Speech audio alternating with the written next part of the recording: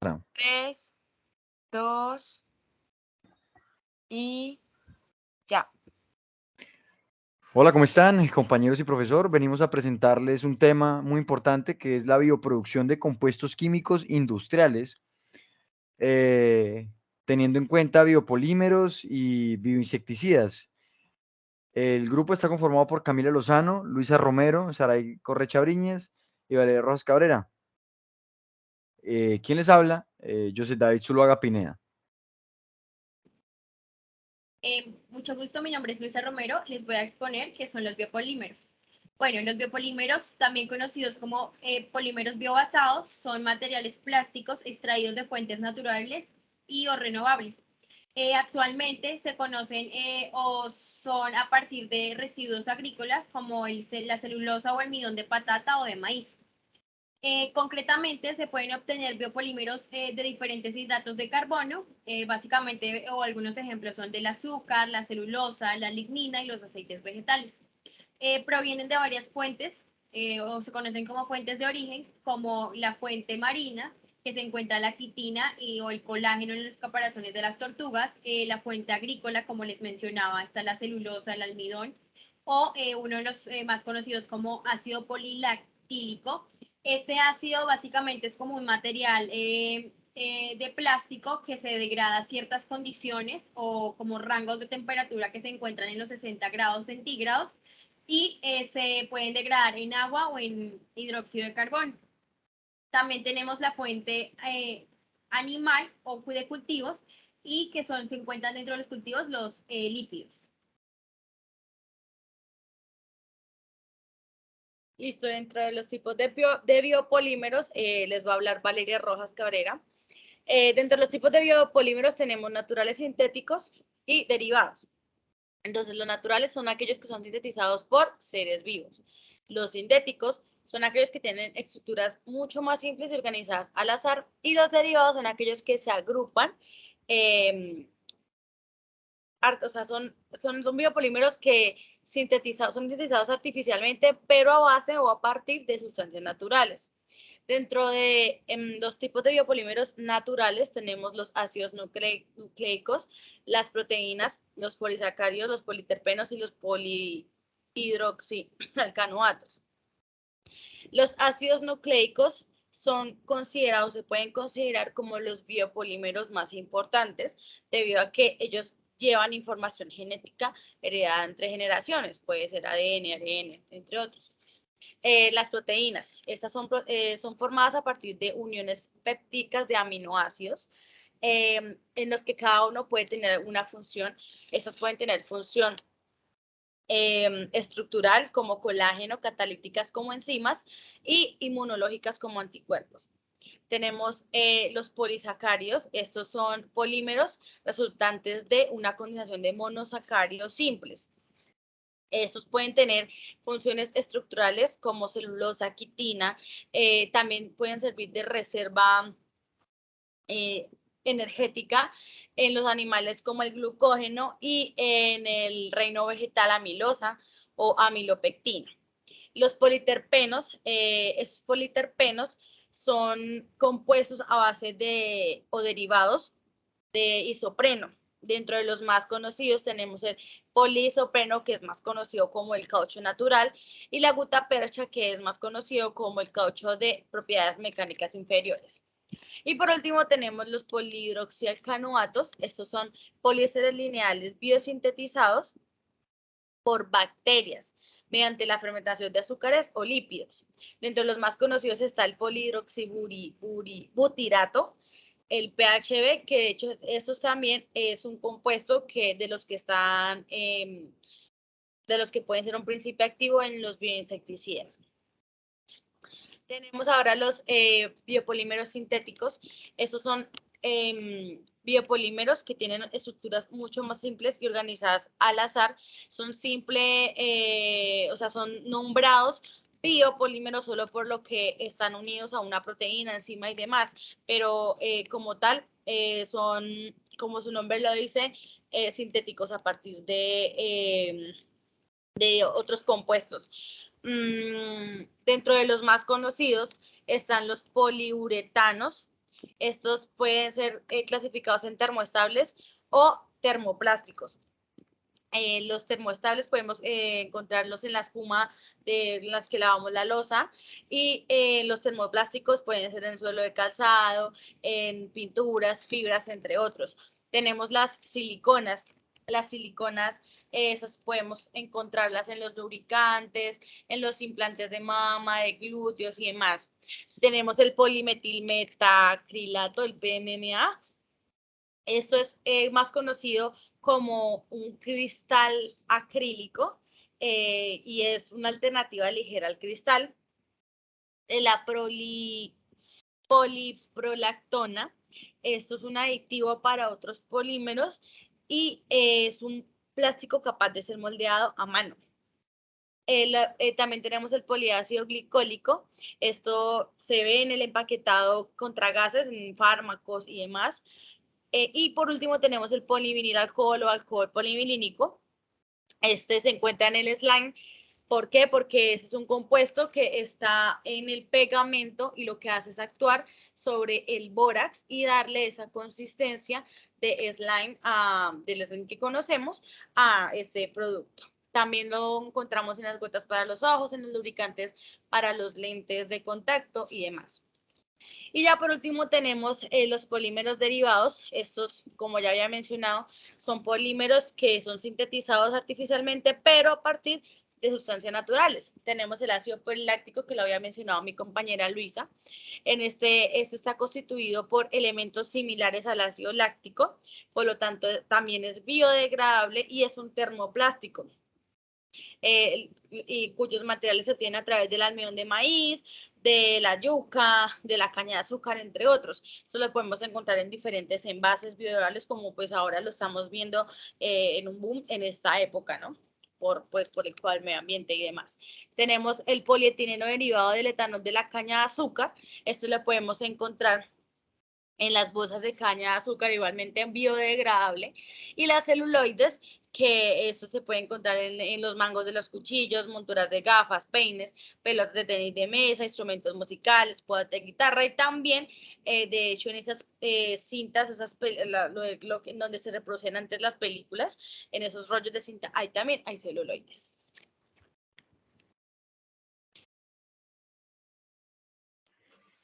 Espero que me escuchen bien. Bueno, compañeros, seguimos con algo importante, que es cómo funcionan estos biopolímeros, cómo funcionan en el medio ambiente, cómo funcionan, o sí, qué función tienen básicamente muchos de estos biopolímeros en los humanos. Entonces, primero iniciamos de pronto con qué función tienen los biopolímeros por sus condiciones o por sus características de biodegradabilidad. En productos ecoamigables, los biopolímeros, y por su vasto rango de aplicación, es importante utilizarlos como alternativas para productos que no son renovables ni sustentables. Entonces, estos biopolímeros, que ahorita vamos a nombrar uno en específico que es muy famoso, ¿cómo funcionan? Primero se crean a través de biorefinerías para incluirse dentro de bioprocesos. Luego de ello, se genera la obtención de ciertos microorganismos que permitan ser subproductos de este biopolímero. Luego de todos estos estudios, se hacen evaluaciones de purificación que permiten más adelante llevar este biopolímero a un nivel industrial, precisamente para incluirlo en los procesos. Uno de estos compuestos que dije que iba a nombrar es el polihidroxialconoatos, que lo que hace, bueno, es un biopolímero bastante estudiado, ya que tiene una capacidad de biodegradarse muy fácil, y por sus buenas características al momento de pues, producir empaques, este biopolímero lo que hace básicamente es que no es tóxico, es insoluble en agua, es inerte, es un compuesto bastante, ¿me escuchan? Bueno, es un compuesto bastante estable frente a cuando se presenta en el aire, y presenta o sea, se puede procesar muy fácil en diferentes equipos. Ahora, algo importante, que son los tres las tres categorías o las tres clasificaciones que dividí los biopolímeros, que son polisacáridos, que son precisamente es para explicar la función en el cuerpo humano y en qué podrían ser utilizados en la medicina. Polisacáridos, polinucleótidos y polipéptidos. Entonces comenzamos con polisacáridos. ¿Cómo funcionan los polisacáridos en los humanos? Primero que todo, un polisacárido cumple una función muy importante que es la reserva energética que tenemos en el cuerpo, glucógeno y almidón. Entonces es importante estudiarlos porque podríamos producirlo y utilizarlo en la medicina. Entonces, este tiene una función estructural, el polisacárido, que básicamente se divide en dos tipos para producir almidón, glucosa y el otro que vendría siendo el monosacárido. Tenemos dos en los polisacáridos, que es el homopolisacárido, que es el que produce el almidón y la glucosa, y tenemos los monosacáridos que producen celulosa, quitina y peptina. Entonces, la función que cumplen, ya lo nombré, es la reserva energética en el cuerpo humano, que si lo logramos producir o logramos producir de cierta manera sintética, puede generar un avance en la medicina, previniendo o ayudando a muchas de las enfermedades actuales en este momento para suplir esta demanda, ¿no? Entonces tenemos, por otro lado, explicar cómo se forman los polisacáridos, que básicamente se forman por una cadena de azúcares. Es una cadena de azúcares simple que se unen por medio de enlaces glucosídicos y los polisacáridos forman un papel muy importante en las estructuras orgánicas porque especialmente se sostienen en los vegetales. Pasamos a otro muy importante que son los polinucleótidos. Se utilizan al momento de experimentos o de experimentar bioquímicos que tienen reacción en cadena. Entonces, aclarar, bioquímicos que tienen reacción en cadena. Se utilizan en bioquímicos que tienen reacción en cadena. Estos polinucleótidos se pueden generar de manera artificial. ¿Cómo? Con cadenas más pequeñas de 30 subunidades. ¿Qué significa? Que tienen que ser cadenas más pequeñas a 30 nucleótidos. ¿Listo? Entonces, ¿qué hacen los nucleótidos? ¿En qué nos podrían ayudar? ¿Qué función podrían tener? ¿Cómo sintetizarlos sería favorable para el ser humano? Pues básicamente es porque ofrecen la capacidad de rejuvenecer las células desde su interior, desde su origen, y consigue mantener que el aspecto de la piel sea mucho más fresco, tenga humedad, esté hidratado, sea una piel tensa, se vea mucho más fresca. Entonces lo que permite es un rejuvenecimiento de la célula desde adentro. Vamos con el último, que son cómo funcionan los polipéptidos y cómo se sintetizan y qué es, para qué sirve. ¿Cómo funcionan? La principal. Los polipéptidos son, bueno, un biopolímero, como lo había nombrado. Estos se forman a partir de una secuencia de aminoácidos. Estos se enlazan por medio de péptidos y los aminoácidos son los que se encadenan y tienen que estar encadenados en más de un centenar de aminoácidos, porque ya ahí podría hablarse de proteína. Entonces, como ya sabemos, las proteínas están constituidas por una o más cadenas de polipéptidos. Entonces, si conseguimos sintetizar polipéptidos, estamos consiguiendo generar proteínas. Por lo tanto, está haciendo un avance bastante largo para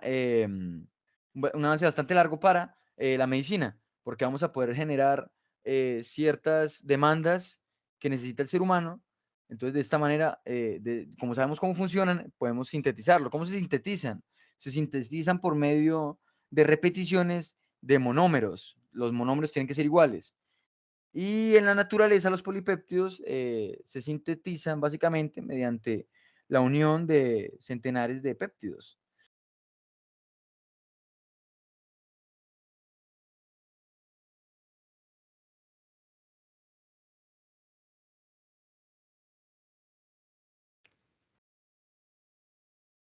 Bien, hola. Quien les habla es Saray Correcha. No sé si ya me ven. Bueno, pues vamos a hablar sobre las ventajas y desventajas de los biopolímeros. Entrando un poco como en el marco ambiental, una de las principales ventajas es que reduce la dependencia de la industria de materiales fósiles. Esto pues teniendo en cuenta el hecho de que los polímeros sintéticos tienen como principal materia prima el petróleo y pues por ende, teniendo ya los conocimientos que nos han brindado mis demás compañeros, tenemos claro que los biopolímeros provienen de fuentes naturales y pues al provenir de fuentes naturales, pues claramente va a reducir esta dependencia a esta industria, lo que quiere decir que pues como desencadenadamente va a reducir los impactos ambientales que estas mismas causan al medio ambiente, entre esas los gases de efecto invernadero, que pues es nuestra segunda ventaja, que disminuyen las emisiones de gases de efecto invernadero. Esto pues es de suma importancia porque a comparación de los polímeros sintéticos, estos emiten gases de efecto invernadero durante su producción, durante la fabricación y procesamiento de este material al momento de ser reciclado y aún así después de ser desechado sigue emitiendo gases de efecto invernadero, cosa que pues con los biopolímeros nos podríamos reducir esas dos últimas etapas del ciclo de vida de los polímeros sintéticos para así también pues reducir nuestra huella de carbono con estos productos. También hay un punto muy importante que es que muchos polímeros son biodegradables, como lo comentaban también los compañeros Joseph, Valeria y Luisa. No, actualmente no todos son biodegradables, pero aún así muchos sí cuentan con la posibilidad de ser biodegradados por hongos, algas y demás microorganismos que tengan la capacidad de biodegradar en condiciones naturales. Y esto se realiza pues en periodos de tiempo relativamente cortos, que pues a diferencia de los polímeros sintéticos, como ya lo sabemos, estos tienen periodos de aproximadamente entre 50 y 500 años para degradarse, perdón. Y por último, pues esta es una ventaja como más al nivel de las propiedades del material y es que son resistentes, maleables, versátiles e higiénicos, que pues también son propiedades de los polímeros sintéticos. Dentro de sus desventajas, la principal es que todavía se encuentra en una fase inicial de desarrollo. ¿Esto qué quiere decir? Que todavía desconocemos muchas de las cosas de los biopolímeros y asimismo hay que mejorar muchas otras. Entre esas, el costo, que es otra desventaja. Suelen ser más caros que los polímeros tradicionales. Esto pues tiene mucha relación en cuanto a los conceptos de economía de oferta y demanda. Claramente, los polímeros sintéticos tienen mayor demanda y pues asimismo es más fácil de adquirirlos, su precio es menor. Y pues teniendo en cuenta que todavía no alcanzan este auge, igualmente los biopolímeros, su precio es mayor. También en este caso necesita mejorar algunos aspectos de sus propiedades. Propiedades como lo son la propiedad del efecto barrera, que este efecto es el que disminuye la permeabilidad en el material, permeabilidad a que a los gases, al vapor de agua, a los aceites, y además de esto también a su procesabilidad, que pues ya sabemos que los polímeros sintéticos cuentan con muchas formas de ser procesados. Y pues esto le falta a los biopolímeros. Y por último, una de las desventajas es que solo el 0,4% de la producción mundial corresponde a biopolímeros. Y gran parte de este 0,4% solamente se utiliza en la industria del empaquetado. Por ende, pues es muy importante como seguir invirtiendo en este tipo de tecnologías para así también conseguirlo a precios más asequibles.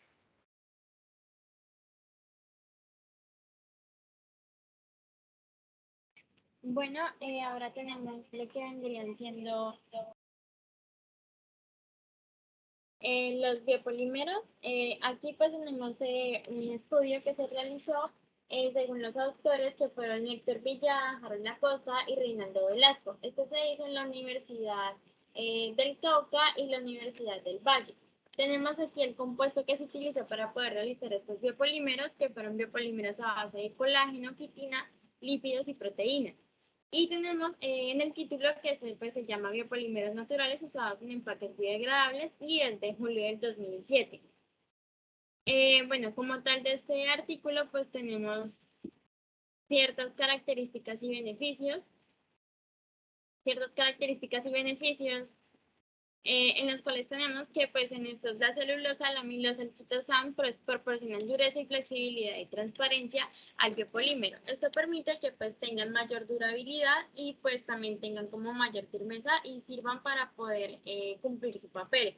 La CMC, en la cual es el carboximetilcelulosa, es una película capaz de absorber el aceite. Esto sirve para todos aquellos productos que contengan aceite, bien sea de frituras o demás. Los compuestos de los almidones hidropropilados son usados para la preservación de caramelos, pasas, nueces y dátiles para evitar la rancidez oxidativa. Esto se hace con el fin de que como tal el compuesto no pierda ni su sabor ni su composición. Las películas de almidón y polietileno de baja densidad, más conocidas como LDPE, contienen hasta un 30% de almidón, siendo parcialmente biodegradables. Actualmente no se implementa mucho en lo que vendrían siendo los biopolímeros en empaquetados, pero pues aún así se intenta incrementar el uso de estos. Los envases plásticos de almidón formados a partir de espumas por mezclas de almidón con ácido poliláctico son usados como material de relleno. Esto se usa para el transporte de distintos tipos de productos y lo que se hace es que se usa para evitar daños durante su transporte. Las películas a partir de quitosán prolongan la vida de los alimentos. Esto se da en distintos compuestos para poder como tal prevenir la afectación, bien sea por efectos del ambiente o de donde se encuentren. Y el cubrimiento con ceras naturales fundidas en la superficie de frutas y vegetales ayuda a prevenir la disminución de la humedad. Esto se hace ya que pues las frutas como tal por medio de su cáscara tienen cierta humedad que pueden venir afectando como tal el compuesto. La cera se hace a base de grasas y esto se usa para poder recubrirlas y que disminuya la humedad dentro de estas.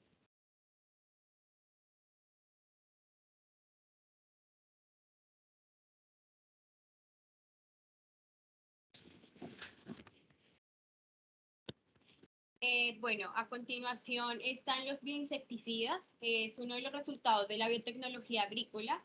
Básicamente es como un impulso de esta industria que desea implementar pues estos mismos, los cuales van a tener un objetivo primordial referente al medio ambiente y por ende como a la calidad de los productos que se adquieren pues de los cultivos donde se deseen implementar.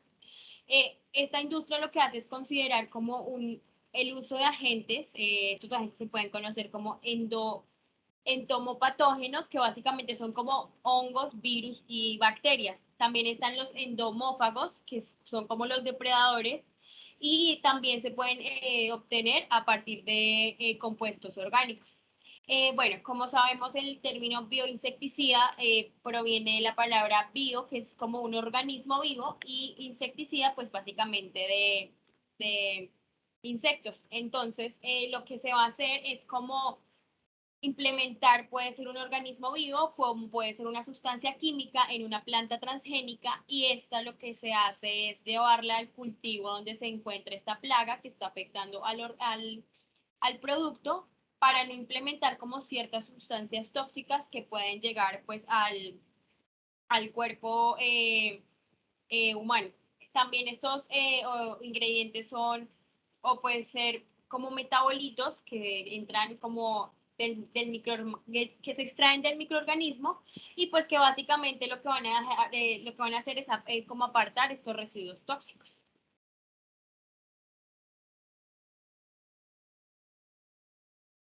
Bueno, con respecto a los tipos de bioinsecticidas, estos tenemos por medio de agentes microbiológicos entomopatógenos, en donde podemos encontrar hongos, bacterias y virus, son hechos a base de estas. De origen botánico, que es su principio activo, es extraído de las plantas. Y de origen mineral, que como su nombre lo indica, son extraídas de minerales, sales de cobre, azufre, sulfatos, carbonatos. En la parte de los agentes microbiológicos entomopatógenos, aquí les voy a hablar específicamente de los hongos entomopatógenos. Estos hongos son de extrema importancia en el control de ectoparásitos, ¿sí? Porque lo que pasa con los ectoparásitos es que son susceptibles a estas enfermedades fungosas, ¿sí? O sea, originadas por hongos. Existen aproximadamente 700 especies de hongos entomopatógenos y alrededor de 100 géneros para pues, fabricar estos. Dentro de los hongos más conocidos. Importante lo que habla la compañera, importante lo que habla la compañera, que es los tipos de insecticidas, ¿no? Donde ella estaba nombrando los hongos entomopatógenos, que ahorita más adelante vamos a explicar cómo funcionan los entomopatógenos y los entomófagos. ¿Listo? Entonces, vamos a dejar que la compañera continúe y nos explique los, qué tipo de hongos o para qué sirven más o menos estos hongos. Listo, compañero. Entonces, dentro de estos hongos entomopatógenos existen varias especies. Eso es lo que significa KDSPP es en plural, o sea, las especies en plural de este género. Dentro de las más utilizadas son Metahisium, Aschersonia, Softora, Verticillium SPPP, que significa nuevamente lo de plural, entre otros.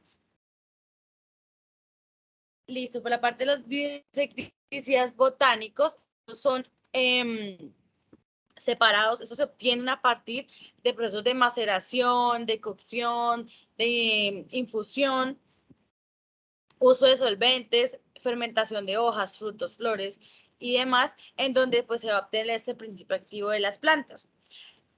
Por ejemplo, les voy a explicar un ejemplo de maceración. ¿Qué es la maceración? La maceración es la extracción de compuestos orgánicos, de compuestos químicos, perdón, en el que pues es de un sólido y se someten o se sumergen en un líquido.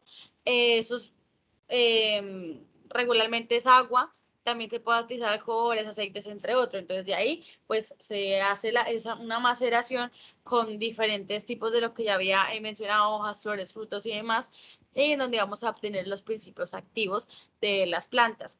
Dentro de los bioinsecticidas botánicos conocidos podemos observar que son los repelentes. Esos van a alejar a las plagas por medio de una sustancia. Los fagorrepelentes, que esos van a afectar como tales a la alimentación, la capacidad de alimentación que tiene la plaga. El veneno de contacto, que la mata al contacto. Veneno estomacal, que tiene un efecto tóxico en el sistema digestivo de la plaga. También disfraza olores, aquí donde se aprovecha que esos olores fuertes y desagradables se lo van a otorgar al cultivo, pero en realidad no es así, solo para alejar a las plagas. Y de combinación, que es posible combinar pues varias plantas o varios principios activos para que esto las plagas pues se exterminen de ahí. Y por último, habíamos mencionado que las bioinsecticidas de origen mineral, como habíamos dicho, a partir de, puede ser de sales de cobre, de azufre, sulfatos y carbonatos. En este caso, se puede observar una tabla para 3 especies, 3 plagas. Para los ácaros se puede utilizar azufre micronizado, en el que la porción que se les puede dar son 2,5 gramos por litro de agua, y eso se puede hacer mediante aspersiones. Las babosas se puede utilizar ácido bórico o bórax más azúcar blanca. Esta pues la dosis que se debe de dar son 20 gramos de bórax más 60 gramos de azúcar.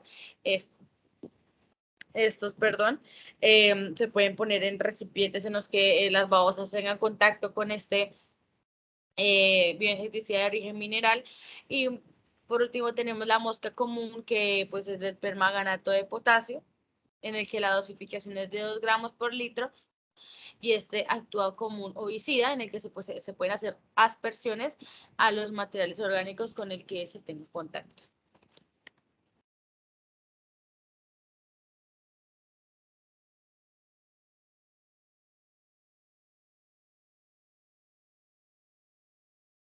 Bueno, disculpen, acomodo la cámara.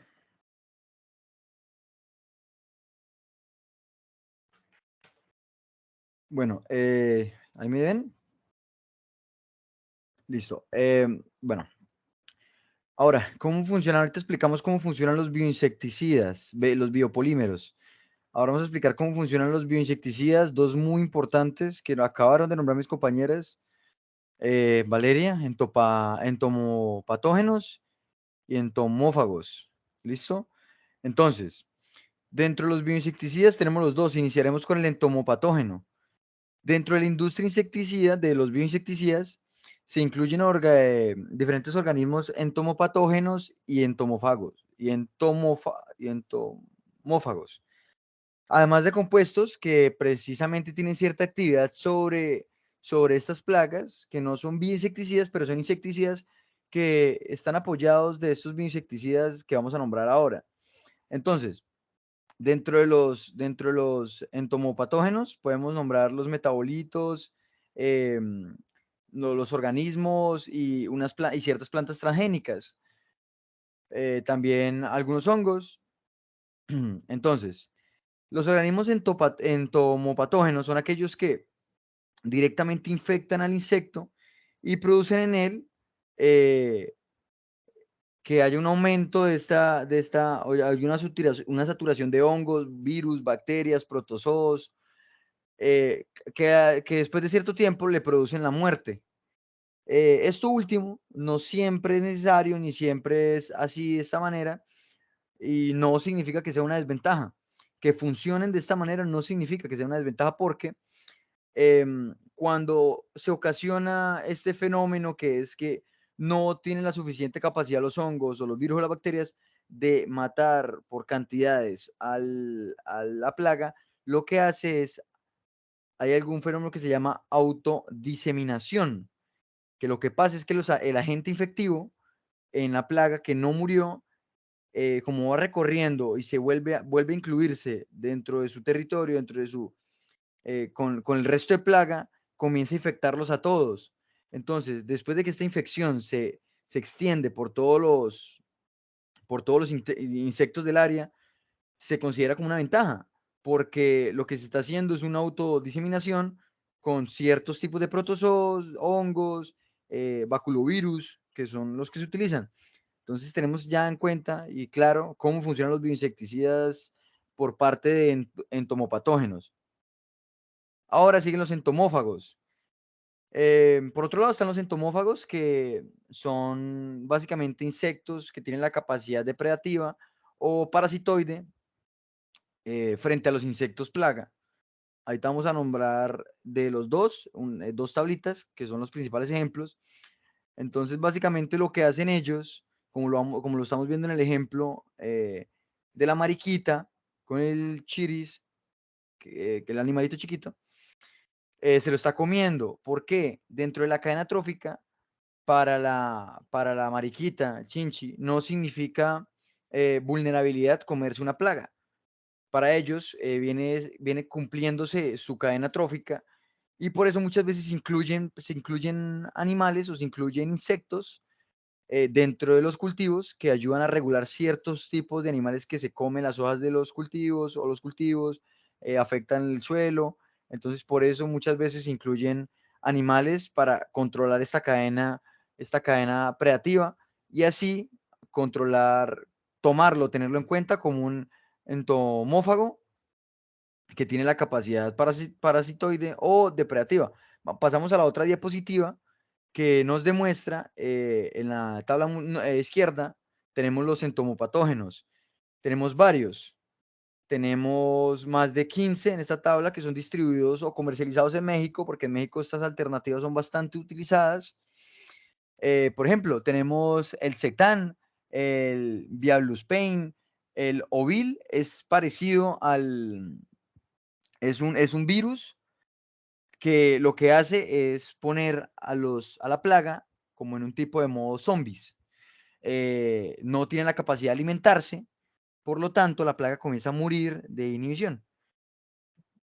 Al ladito, en las sugerencias para el control, podemos encontrar dentro de estas tablas que están reglamentadas en Ciudad de México y se comercializan en todo México, podemos encontrar lo sugerido para el control. Entonces, en el lado izquierdo encontramos el nombre del producto o el nombre del entomopatógeno, y al lado derecho encontramos el uso o qué control se le puede dar, dependiendo su función o dependiendo para qué cultivo lo queramos. Y en el lado derecho tenemos el bioinsecticida dentro de los entomófagos. Tenemos 3, uno de ellos ya se mostró, que es el Crisoperia, que vendría siendo, si se devuelven, es la mariquita. Ayuda a controlar los pulgones, que es lo que estamos viendo que está comiendo. Los trips, la mosquita blanca, que es la que deja las larvas. Los gusanos, el gusano medidor, que es un gusano grandecito peludo. Entonces eso es lo que ayuda a controlar. También encontramos esta tabla con los organismos depredadores o parasitoides, ¿listo? Dependiendo de su función, dependiendo para qué la queramos, en la tabla nos lo sugieren dentro del control. Entonces es importante revisarlas. Básicamente así funcionan los bioinsecticidas en un sector o en un cultivo, en un sector económico de cultivos, por ejemplo, si se quiere recuperar si se quiere forestar algún lugar, pero tenemos una plaga en ese momento que no deja crecer ciertas especies, se toman alternativas como estas para no afectar mucho más el terreno.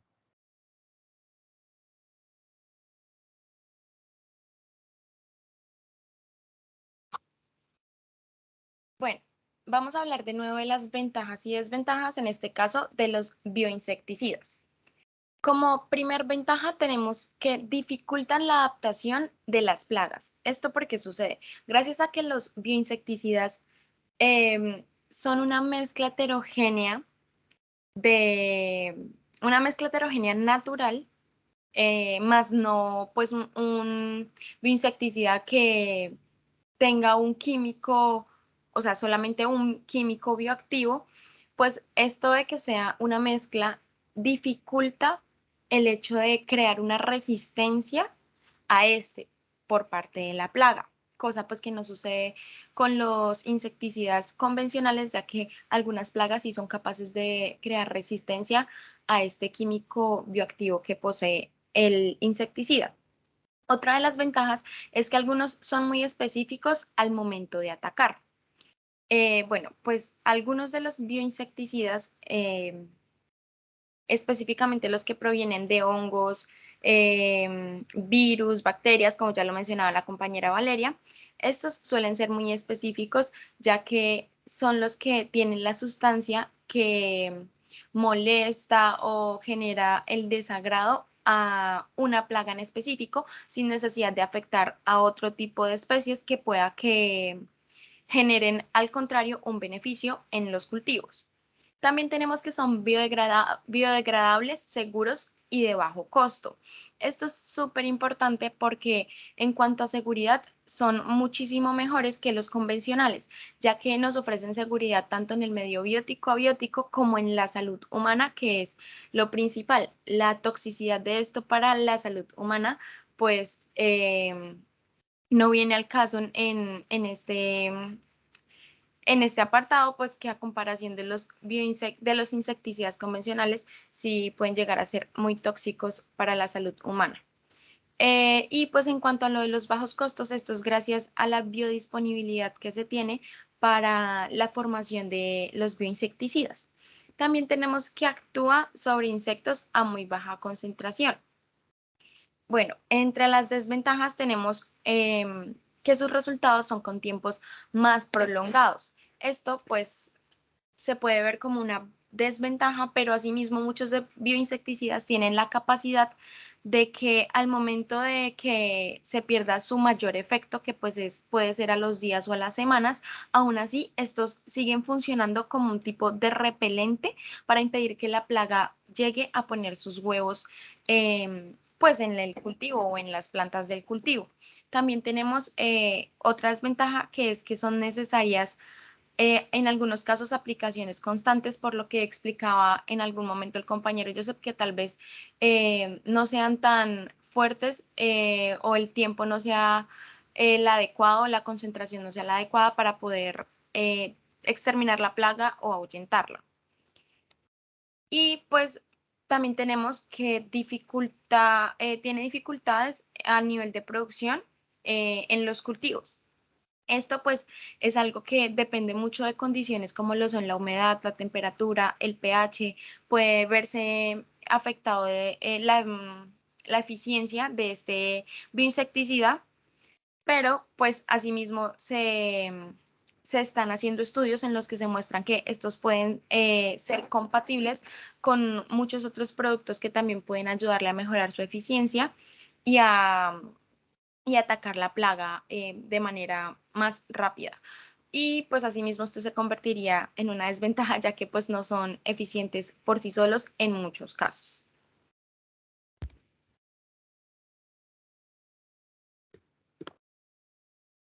Bueno, ahora continuamos como tal con los ejemplos y aplicaciones de insecticidas.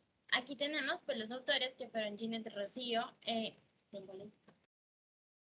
Bueno, ahora continuamos con los ejemplos y aplicaciones de insecticidas. Tenemos los autores que vienen siendo Ginette Rocío Moreno Cañas y José Luis Martínez Rodríguez. Este es de la Universidad Pontificia Bolivariana y el compuesto que se utiliza para poder realizar esta insecticida es nicotina y capsaicina. El título es Insecticida, alternativa para la eliminación del piojo blanco en cultivos de piña y es de diciembre del 2017. Tenemos las características y beneficios de este. Entonces tenemos que pues de producción simple y bajo precio, ya como lo había explicado a mi compañera en las ventajas. Tenemos también la disponibilidad de materia prima en regiones afectadas. Como vemos, pues este cultivo de piña favorece cerca de 4.000 familias campesinas y pues genera aproximadamente 1.400 empleos. Y su siembra pues es en un valor aproximado de 6.000 hectáreas y con una producción de promedio anual que asciende a los 235.000 unidades. Esto se da principalmente en los departamentos de Valle, Cauca y Santander. También tenemos que es amigable con el medio ambiente al ser un compuesto natural, pues vemos que no presenta tantas afectaciones como si utilizáramos algún tipo de insecticida químico. Permite un cultivo sostenible, lo cual va a como tal a desarrollar que pues aquí aparte del hecho de que se está protegiendo la piña como tal de la cochinilla y del piojo blanco, pues también tenemos de que no va a realizar como ninguna afectación, ya que por lo general con insecticidas químicos cerca del 90% del insecticida se queda en la tierra y el 10% como tal queda dentro de la piña. También tenemos el enriquecimiento del suelo, ya que pues al ser natural trae ciertos componentes y ciertos nutrientes que como tal van a ayudar al enriquecimiento del suelo, también fortaleciendo pues la fauna microbiológica que se encuentra en este. Y pues también tenemos aquí el aumento de la materia orgánica del suelo, va a contribuir como tal a toda la demanda orgánica que se encuentra dentro de este, beneficiando pues también la capacidad productiva del suelo de la zona. A largo plazo pues no se va a realizar ningún tipo de deterioramiento en el suelo, sino que pues por el contrario va a contribuir como tal a los nutrientes de este y pues va a permitir que se sigan realizando los cultivos. Asimismo tenemos pues el aumento del magnesio, el cual pues ayuda bastante como tal en el desarrollo de la planta. Y pues también tenemos que la adecuada preparación del terreno para reducir la población de estos insectos. En lo que se hace pues por lo general es la quema post cosecha, que sirve pues para desinfectar y pues la aplicación de bastantes insecticidas químicos elaborados pues con compuestos de alta toxicidad. Se presenta esto obviamente como la necesidad de tener nuevas alternativas de control de plagas con beneficios para el medio ambiente y la salud humana y la economía. Y esto pues también tenemos que, ¿cómo se puede evidenciar? Pues que este insecticida está siendo efectivo dentro del cultivo de piña. Esto se da que pues la apariencia de las hojas como tal de la piña cambia a color rojizo cuando está siendo afectado por el piojo y por la cochinilla. Al ver que pues no se presenta esta coloración roja dentro de las hojas de la piña, pues podemos como tal deducir de que no se está presentando esta plaga dentro del cultivo.